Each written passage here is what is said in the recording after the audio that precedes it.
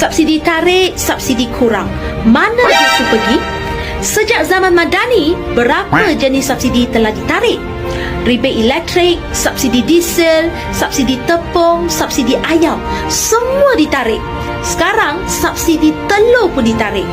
Jangan lupa lagi subsidi petrol yang bakal ditarik pada Julai tahun ini. Kerajaan akan jimat berapa selepas tarik subsidi-subsidi ni? Subsidi diesel ditarik, jimat 600 juta sebulan atau 8 bilion setahun. Subsidi ayam ditarik, jimat 100 juta sebulan atau 1.2 bilion setahun. Subsidi telur ditarik, jimat 1 bilion setahun. Subsidi petrol ditarik, jimat 8 bilion setahun. Kerajaan akan jimat sebanyak 20 bilion. Tetapi hutang negara cecah 1.5 trilion.